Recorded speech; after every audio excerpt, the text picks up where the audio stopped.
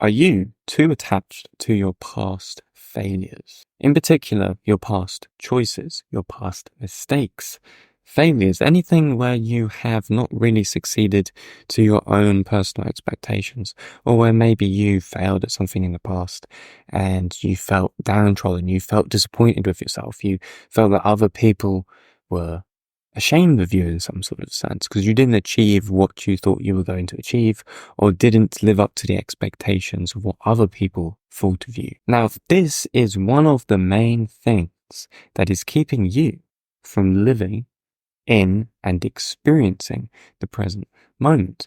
When you are overly focused on the past, you end up avoiding the experience and existence of the present. And this is because you are in a constant stress response towards the future. So think of it like this. When you are trapped in the past or things where you didn't achieve exactly what you wanted to achieve in the past, and therefore you're disappointed, you feel somewhat shameful, you feel somewhat disappointed and downtrodden. Now, if you are constantly attached to the past, attached to mistakes, past mistakes, things of this nature, you are then going to be then attached also to the future. You're going to be extremely future orientated, but so much to the point where you don't even live in the present moment. You don't even acknowledge what is existent and what is right in front of you right now, because the only thing we actually have is the present moment. Presence itself, existence, living right now and here and now. That is the only thing we have. But if we are too attached to the past and we build up all of these and we want to prove ourselves basically constantly, therefore that attachment to the past makes us also attached to the future, and therefore we only live in one or the other.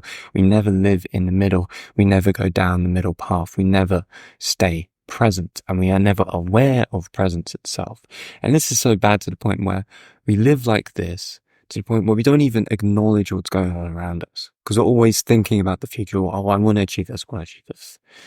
And that's where you have the whole accomplishment fallacy or paradox, let's say, where you actually do achieve what you wanted to achieve. And then you get all depressed because you're like, oh, I achieved this thing, now what? And the only reason why someone becomes like that is because they don't know how to live. They don't know how to be present. They don't know how to acknowledge things. They don't know how to be grateful. They don't know how to be patient. They don't know how to be humble. Those are the reasons why people cannot live in the present moment. And a symptom of not being able to live right now in the present moment right now is not being able to fulfill or live up to those virtues of patience, humility, compassion, gratitude. Now, like I was saying, this is all because you're in a constant stress response towards the future, because you're attached to the past and you want to fulfill the things in which you could not fulfill. Therefore, you never live in the present moment. And this basically makes life living hell, because you are not actually living.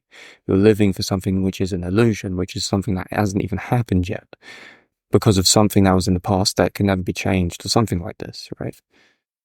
So you end up becoming one of the following individuals. And you could say that these following individuals are as such. 1, the excessive worker, the workaholic, person that can't stop working all the time, because they're trying to perfect the future out of fear of committing the same mistakes of the past by being obsessive and doing excessive hard work. Now, you have the difference of doing hard work, being, working really hard, and being smart with your work. Doing work that reaps the results or more results than someone who's working extremely hard because they're thinking about the ways in which they can go about it in a more suitable, efficient way. So you end up being a workaholic because you're constantly in fear of committing the same mistakes as you have in the past. So you're in fear of failure. So therefore you work all the time and you're a perfectionist. So that's one way in which you become an excessive worker, by constantly living in the past and the present, because you're attached to the past and therefore you're attached to the future as well. Now, another way you end up falling into one of these traps is by being the complete opposite, being the excessive avoider, excessively avoiding things. So this is trying to perfect the future by living off the bliss, the so-called bliss of ignorance. Never doing anything that involves the possibility of failure, and always finding excuses to that which is difficult. So this is when someone is just living in ignorance and they're avoiding everything difficult, and this is more comfortable to do. You might have this with something like completion anxiety. Someone is anxious of completing something, so they approach the end completion of that thing itself, because they'd rather live in the bliss of ignorance, the bliss of not knowing if they would have actually failed up, or not knowing. And in reality to this, what you get is, okay, I'm going to be comfortable not knowing the actual truth of the situation, but you also get obvious downsides of this where you don't actually figure out or find out what your potential might actually be, or what the fulfillment of that potential is. And this is represented in someone who's an excessive avoider, someone who just wants to avoid things consistently, anything that's difficult, because confronting what's difficult isn't pleasant. It actually hurts the ego, hurts the pride of the individual. But the only way you can build yourself and become better is if you constantly keep failing, and you can confront failure to the point where you do, in some sense, develop a stress tolerance. You develop a way of being that is constantly improving itself, whereby you invite failure because you know there are lessons to be learned from failure that are going to be beneficial for you. This is the excessive avoider, and both of these people are living in an attachment to their past because they've either failed before and they don't want the outcomes of failure that they experienced in the past, and they've kind of ingrained that conditioning into themselves, so they avoid things all the time, or because they failed in the past, so now they're perfectionists, so they're constantly working all the time because they don't want to make the same mistakes that they did in the past, so they're just constantly working all the time. So you have this kind of like dynamic of these two pole oppositions of basically the same kind of situation of a fear of failure and all of this type of thing in relation to attachment to the past, which is also therefore controlling the way they live, either living in the future or the past, and therefore never being present. Now, when you are controlled by the past or the future, you're never truly living. So you are in a fight or flight response, as I was saying, a stress response, which is a fight or flight response, a sympathetic, parasympathetic nervous system response towards the pressures of both negative judgment and a desire to be accepted in many different ways. And they're usually the main factors that are involved in this kind of behavior.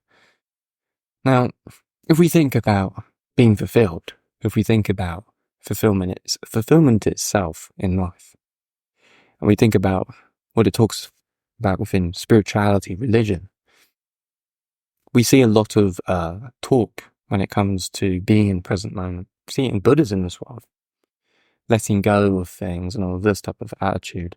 But also you see it within Christianity, because you cannot embody any of a good half of the heavenly virtues, or even any of them, if you are not living in the present. You cannot be Christ-like unless you're living in the present, because Christ is always in the present moment. He is compassionate. He is grateful, humble, seeking communion with others, and therefore experiencing joy, spreading the good news. And, you could say the material world, that of the devil, is trying to attract us towards being stuck in the past or the present, or the past and the future, so that we can never actually be present, because Christ is at the center. Christ is at the state of being present in reality. Because even think about it, the motivations most of the time of people living in the past or the future is material desires.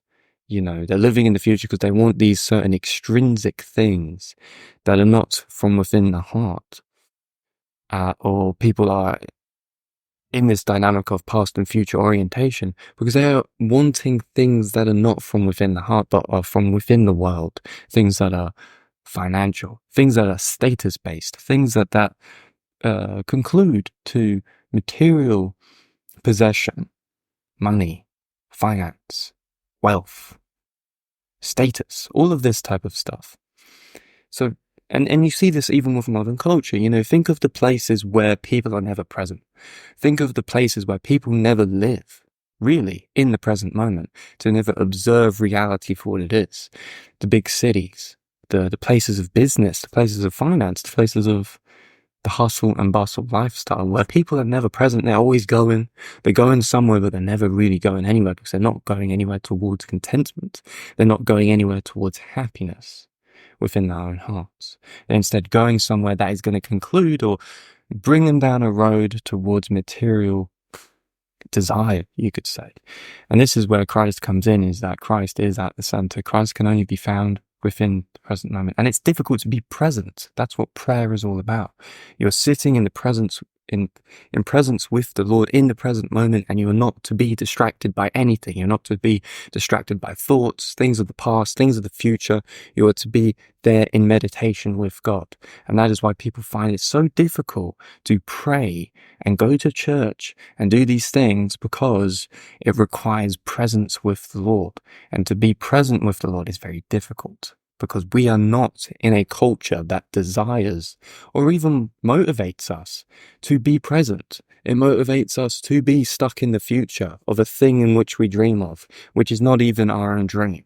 And you do not want to fall into one of these types of characters that's constructed by society, in which we end up being an excessive avoider, an excessive worker, because we end up losing out on so much of what is actually real right now. We end up losing out on the present moment. And when we cannot actually see what is going on around us, we lose what the only thing we actually have, which is time to be aware of that in which is around us. If we have kids, making memories with our own kids, developing friendships with people, experiencing happiness in the present moment, because you can only happiness, the interesting thing about it is it's an experience that can only be had in the present. You can't be found anywhere else. Those moments of happiness, those moments of beauty that are found within the experience of the world. It's not in the future. It's not in the past. Yeah, you have memories and you can reminisce on things, but those things you're reminiscing on are things in which you experienced in the moment without any rumination on the future or past or anything. You experience those things with complete commitment to the present moment, and that is what, through that attention, bursted out happiness. So that is my message to you guys today. Don't be too attached to the past and your past failures. Don't allow it to dictate not only your attention completely, but also for it to strip away your ability to be present in life itself, so that you're controlled by past faults or failures. So if you enjoyed this video, guys, make sure to give it a like, share it around with your family and friends and all that type of stuff on social media.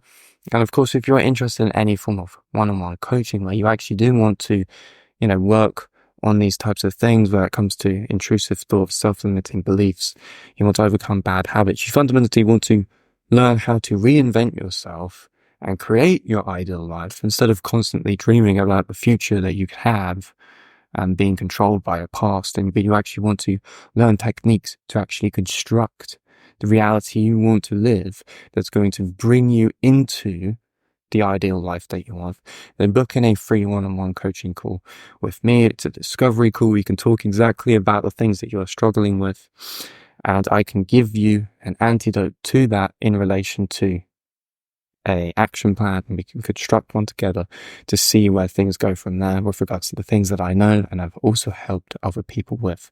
So if that is something of interest to any of you guys, make sure to check the link down below. Thanks for watching, and I will speak to you all in the next video.